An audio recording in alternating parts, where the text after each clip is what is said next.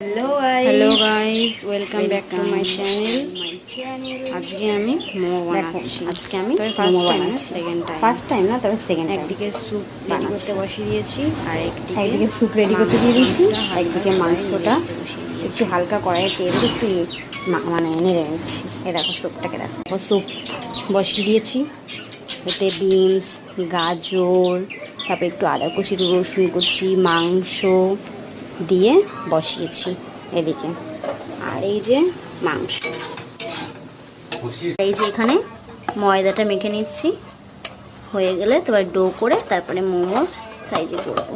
মোমোটা দেখেছো তৈরি করছি। পুরটার মধ্যে দিয়েছি মাংস, দিয়েছি 500 মাংস, পেঁয়াজ কুচি, ধনেপাতা কুচি, রসুন কুচি, একটু সামান্য একটু আদা কুচি, আর তোমার হচ্ছে সয়া সস আর ভিনিগার, আর সামান্য স্বাদ মতো নুন, আর একটু হালকা একটু অলিভ অয়েল, ব্যাস দিয়ে মেখে এটাকে এখন একটু তেলে দিয়েছি।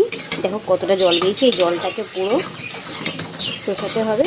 তারপরে এটাকে তুলে নেবো আস্তে করে, তারপরে চাটনির জন্য ব্যবস্থা করব। দেখো পুরটা হয়েই এসছে, আর বেশ অল্প একটু সময় লাগবে।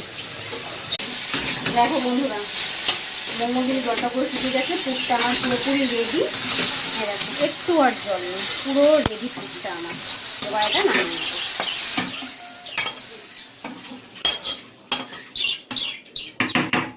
নামিয়ে নিলাম।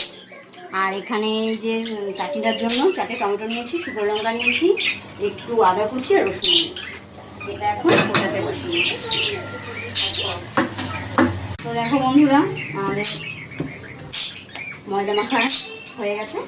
এবার আমরা এগুলোকে ছোটো ছোটো সাইজ করে বেলে নেবো, নিয়ে তারপরে তোমাদের আবার দেখাচ্ছি। এই যে দেখো আমরা ছোটো ছোটো করে নিচ্ছি। এই সাইজটাই করবো, এর থেকে বড় করবো না, ঠিক আছে? এবার এর মধ্যে পুর ভরে তারপরে রেডি করবো।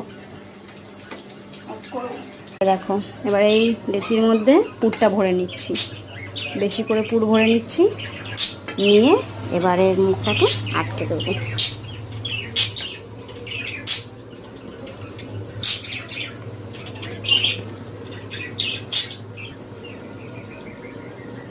সো তোমরাও চেষ্টা করো, বাড়িতে ট্রাই করো। দেখো কত সুন্দর হয়েছে, দেখেছো? শেপটা হয়তো পুরোপুরি যার যেরকম শেপ সেরকম দিতে পারো।